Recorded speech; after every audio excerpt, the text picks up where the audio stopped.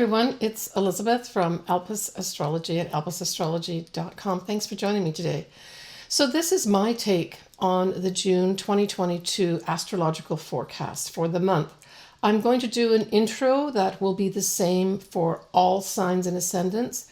And then towards the end of the video, I will actually go into your individual sign or ascendant. As usual, I prefer you to read first for or listen to your ascendant sign.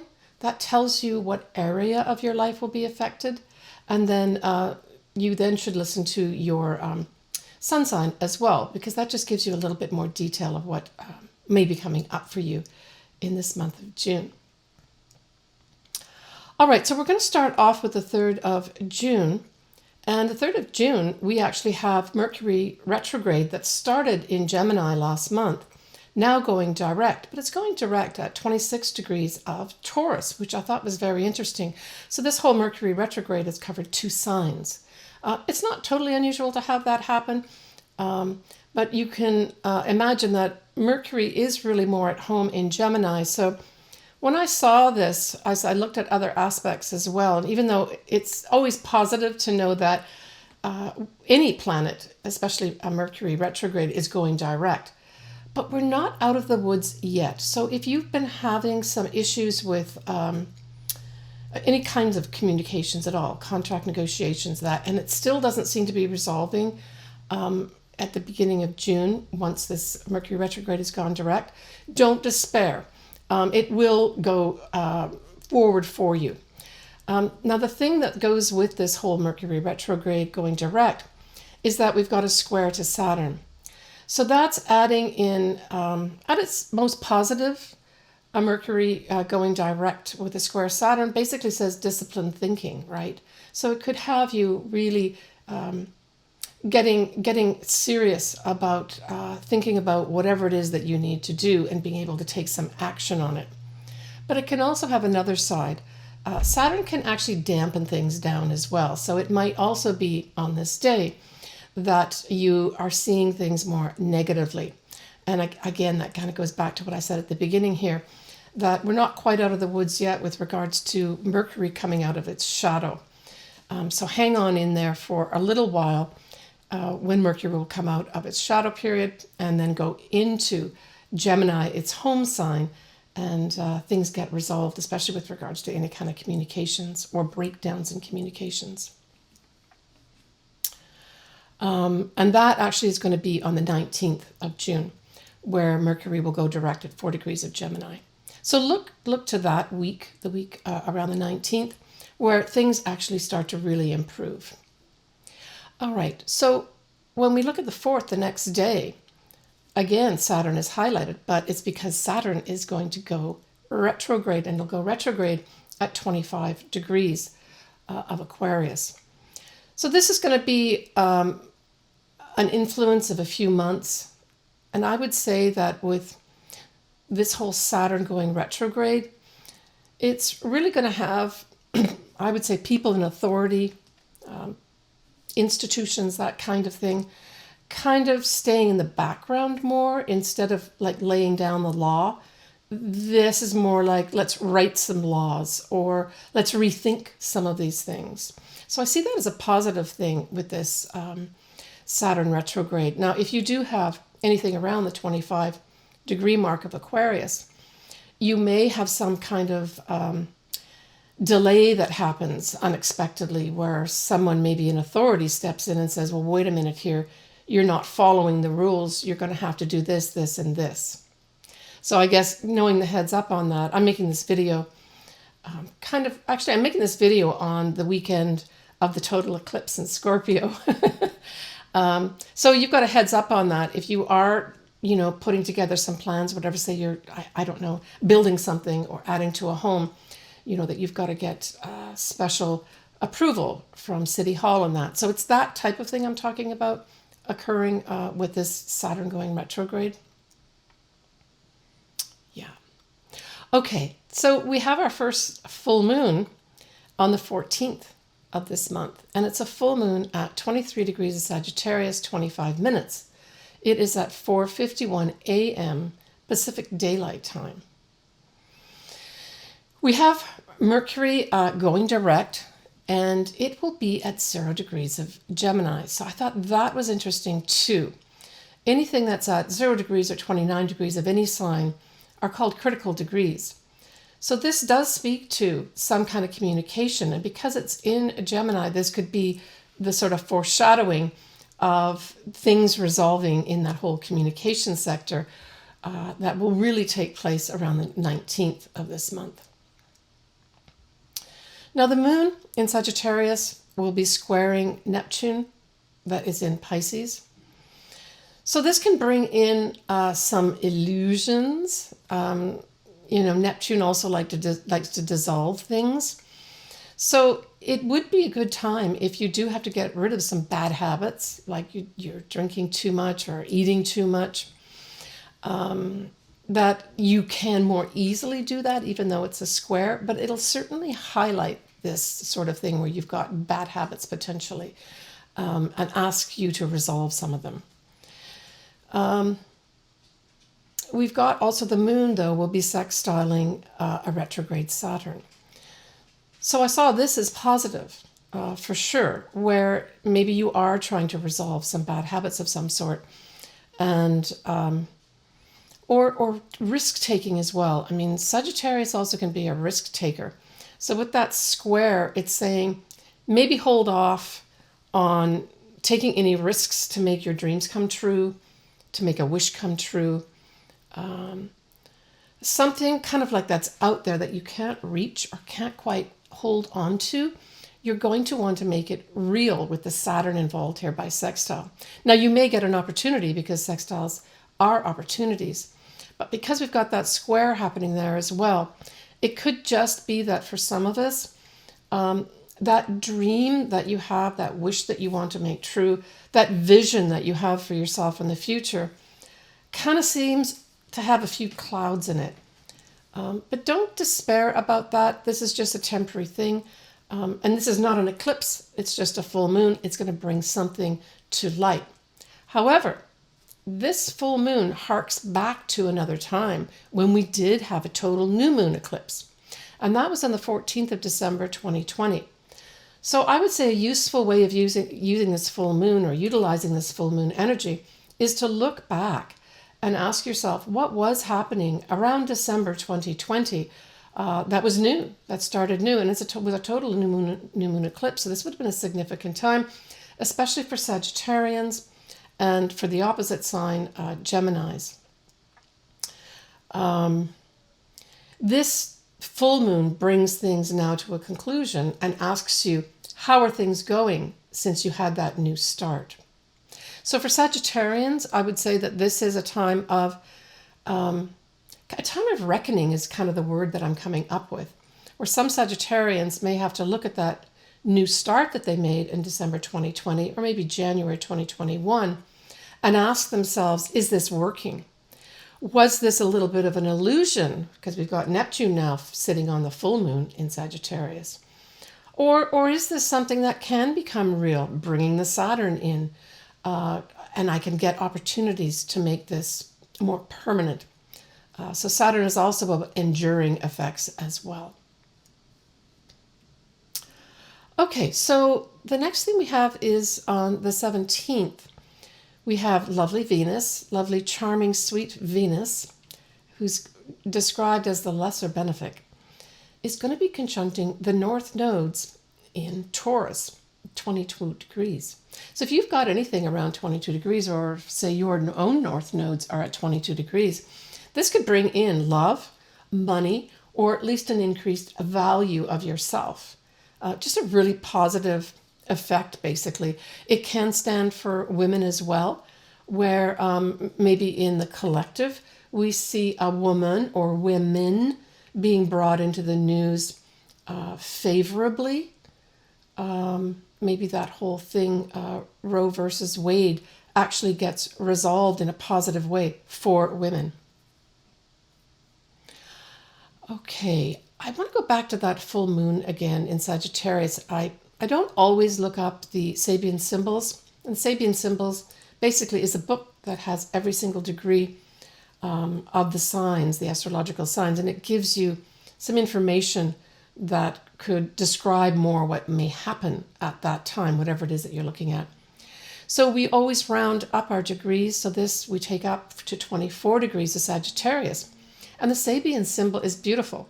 It's a bluebird perched on the gate of a cottage. I mean, just that image conjures up this lovely, warm feeling. It maybe makes us a little sentimental as well. But the blue bird is really a symbol of happiness. And then sitting on the gate of a cottage kind of reflects a well-adapted society. So that type of energy, and certainly the description that they use in the Sabian symbol, I think is something that we should bear in mind, that although there may be a few challenges at this full moon, the end goal will be a lot of happiness that will result of this. I mean, Sagittarius is ruled by Jupiter, and Jupiter, of course, is the greater benefic. And it is like Santa Claus. It just wants to bring you gifts in the end. Might have to work for those gifts a bit, that's all. Okay, so this year we have the summer solstice that will be on the 21st, and I include a chart. So some astrologers take this as a whole 6-month effect. I tend to take it as more like a seasonal effect, so it's like a 3-month, 4-month effect here, till we have an equinox happening, and then the energies shift again. So it really is a major shift of energy. And in particular, we like to look at both the sun we already know is going to be at 0 degrees of Cancer, but then we look at the other planets, and in particular the moon. And so this year at the summer solstice on the 21st, we have a moon at 3 degrees of Aries. And so this says to me that the mood of the people, so the moon can represent the people, the mood of the people, is going to be very action-oriented. It can even be militaristic. So this can represent the military because Mars actually rules Aries. But it's also going to have a lot of people want to get on their own individual path, do things their way, and be emotionally more assertive and forward with regards to what they want. And like I said, I take this as covering an approximate 3-month period, the effects of this. So this will be all over the summer period. But it can give also, individuals a spotlight on them, right? So certainly for any Aries individuals, you could literally have a spotlight put on you for some reason, or asked to lead something.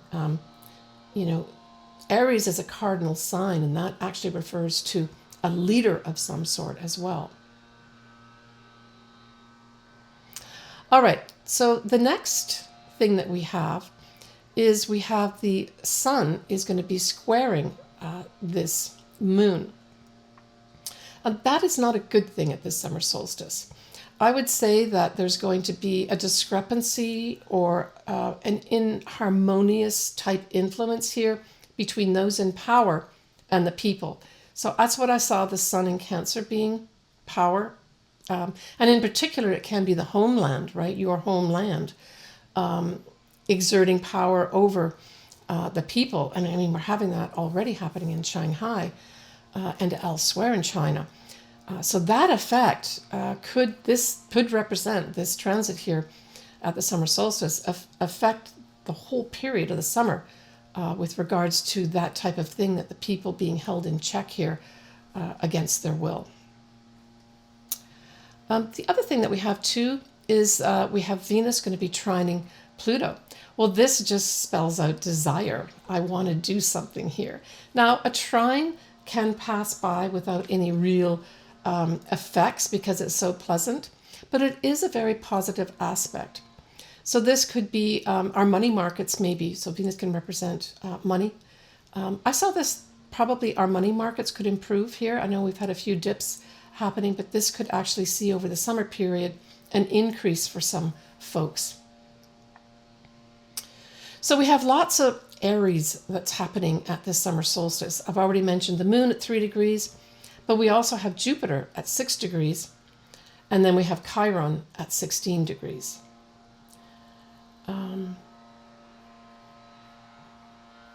And Mars, which is the ruler of this moon in Aries, is at 20 degrees. So it seems to me that I think there may still be a lot of, like as I said earlier, military type action, individuals standing up and literally taking a stand, that type of thing, an expansion of that, especially with Jupiter in there. Okay. Let's move on to a retrograde that's going to happen. We're going to have Neptune retrograde at 25 degrees of Pisces on the 28th of June. Now, what's interesting is this 25 degree of Pisces also was where, very close to, within minutes, of that whole Jupiter conjunct Neptune that happened mid-April this year. It actually covered a lot of the whole period of April, but the exact was mid-April. So this could bring, for all of us, another highlight about literally reconsidering, rethinking that great inspiration we had with regards to the dreams that we wanted to make true. It could just have us maybe, with Neptune going retrograde, have us just being a little more circumspect with regards to, did I think too big? Did I take too many steps all at once? Do I need to reconsider that inspiration that I had? And was there a piece maybe missing from the picture? Was there a bit of fogginess or unclearness that I now need to address and look at? So that's how I would use this Neptune retrograde period. It'll be for a number of months. I don't see this as a negative thing. I think it's just something where it's a readjustment of maybe for some folks, taking those rose-colored glasses off, right? And just looking more carefully. It doesn't mean don't give up on your dreams, that's for sure, or the wishes that you want to come true. This is a fabulous year for that, for everybody. Now, especially for Pisces, for sure, this is going to be influencing Pisces that, say, have a sun around 25 degrees, or those folks that have an ascendant. And it's going to be a reconsideration, like I said, I believe, of those dreams, wishes that you had and that you felt inspired by mid-April of this year. All right, so we kind of end the month here with a new moon. And the new moon is going to be in Cancer, 7 degrees of Cancer, 23 minutes, on the 29th.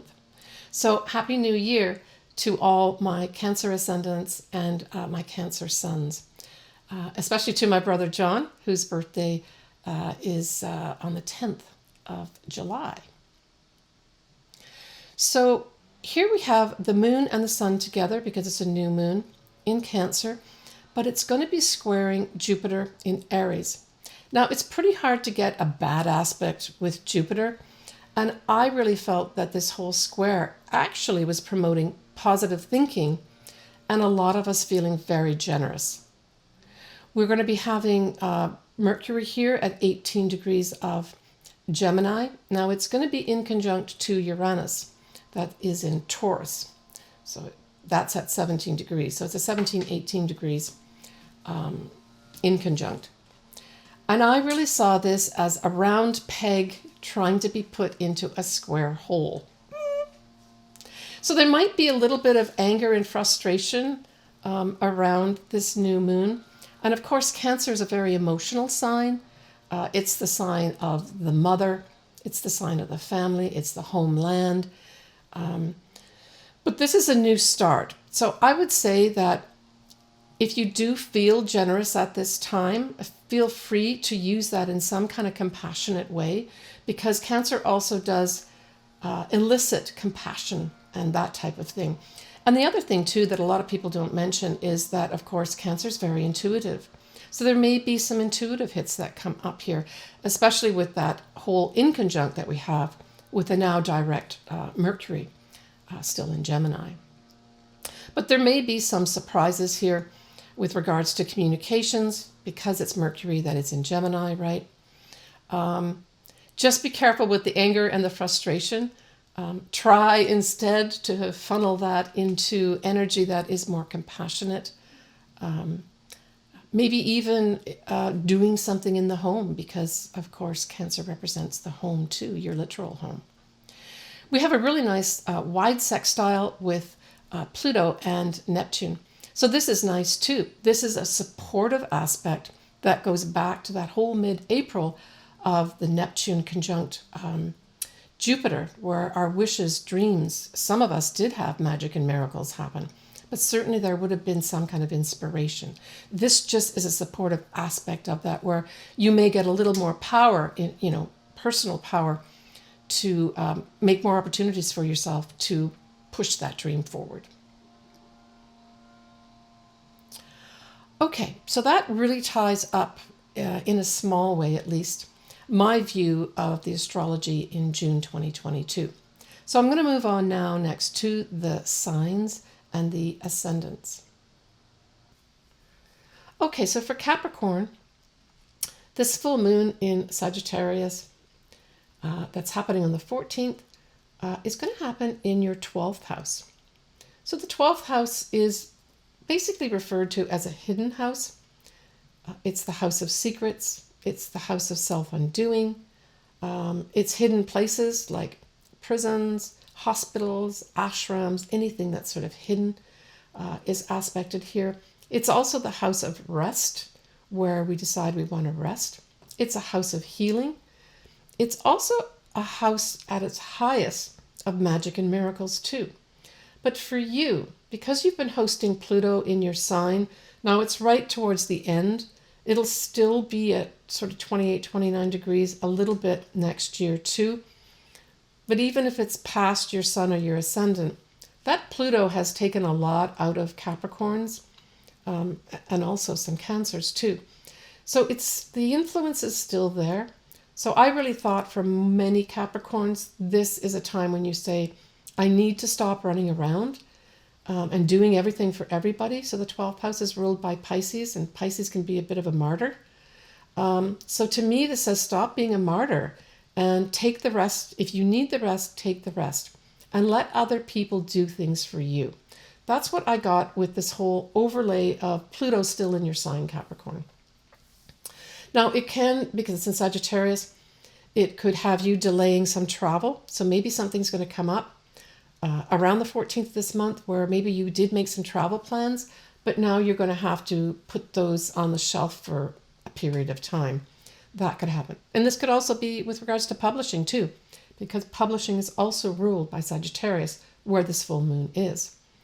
The other thing too, if you're involved in any kind of legal case, there could be some kind of something behind the scenes that's happening. So if you are involved in any kind of legal things, a Capricorn, and it doesn't have to be a negative thing, it is a full moon, so something will be brought to light. So if something's untoward has been going on in a legal case for you or some association with legal matters, it's going to come out at this time because this is a full moon. And because Sagittarius is ruled by Jupiter, it's going to be for your benefit, right? So remember that this full moon is ruled by Jupiter, and Jupiter just wants to bring you benefits and good luck. So you might have some good luck with regards to some secret coming to light. So I'm getting that as an intuitive hit for Capricorns. But I think I also want to reinforce the fact that I think you should be getting some rest. And don't overdo the mind chatter, because this is the 12th house of sort of a real deep inner psychological self. Don't be so hard on yourself. Try to look at the bright side of maybe something that comes up or comes to light that hits you not in a very positive way. And put your feet up. That's what I would say. Put your feet up when you need it, right? And let other people bring you cups of tea or that glass of wine. So the new moon in Cancer is going to be in your 7th house. So the 7th house is all about partnerships and clients. It's the other. So anywhere you sign a contract with somebody is represented by the 7th house. So I would say here there's going to be some new beginning. Maybe you decide that you're going to, put together some kind of business partnership. And the business partnership may have something to do with Cancer-related things. So this can be food, for instance. It can be real estate or homes. It could be something to do with the mother or the family. But your partner could have something new happen in his or her life that directly affects you. And it doesn't have to be a negative thing. Maybe your partner tells you we're going to have to buy a new home because this is in Cancer, and Cancer rules the home. Or maybe your partner says that his mother has to come and live with you.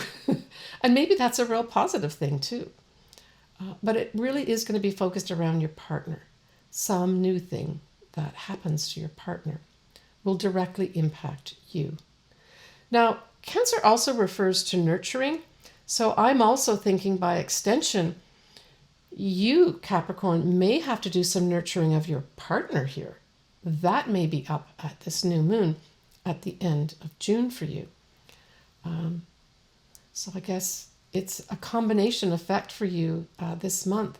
It's knowing when to put your feet up, right? And to take it easy and get rest. But it's also being able to intuitively understand, you can be very intuitive at a Cancer new moon, when your partner needs some nurturing too. So it's a balanced month for you. When you need to do something for your partner and when you need to come back and say, I need to take a rest here. That's all the month of June for you as I see it, Capricorn. Now, as I mentioned, we have Pluto that is going to be at between 27 and 29 degrees of Capricorn. So for those Capricorns that either have a sun or for those folks that have an ascendant around here, you're still not away from the influence of Pluto. Pluto's all about transformation to get you where you need to be. And if you do have something like Pluto on your ascendant, know that it really is a once in a lifetime effect, right? Pluto takes many years to go around the sun. It's around 247 years. So I guess in some ways, if you do have this as on your ascendant or on your sun, you're blessed in some ways to be transformed by the effects of Pluto just to bring you to a higher level, right? That really is the effect of Pluto. But whatever door closes with Pluto, it is firmly closed. It will never open again. So I guess that in a roundabout way says for all Capricorns, how whatever you've been transforming over these many years, since basically 2008, although it's coming to an end, you really will never be that same person that you were back in 2008. And that's not a negative thing. Take care, Capricorn. All right, so that wraps up the month of June 2022. I want to thank everybody for listening in, commenting. I have so much fun listening to your comments and writing back and giving you. I've got lots of new clients that have come in from all over the world. I want to say hello to everybody that I've been doing Zoom astrology sessions on. I've had so much fun with all of you. I'm just going to give you a little bit of heads up on the July 2022. We have Mercury and Venus going into Cancer. So if you've got any placements in Cancer, that's bringing good news, potential love for some Cancers, and some money maybe too. We're going to have Mars in Taurus conjuncting the north nodes of the moon. So this is bringing some action with regards to, especially those folks that have north nodes binatally in their chart in Taurus, as well as conjuncting Uranus. So some surprise new start for some folks that are associated with that north nodes in Taurus. We'll have a full moon that's in Capricorn. So for Capricorns, there's going to be some wrap up for you. And we'll have a new moon in Leo that I have mentioned already in Leo's forecast. I see that as a bright, shining star. So Leos, if you're having any challenges, know that that new moon on the 28th of July, which I will cover in my July video, is going to be a super positive time for you. And for some folks, there might be some fame coming your way, Leo. All right, I'm going to leave it there. If you want your chart done, as per usual, all the details are below in the text box. I love hearing from everybody, and I love doing everyone's astrology. Take care, and we're going to see you next month. Bye for now.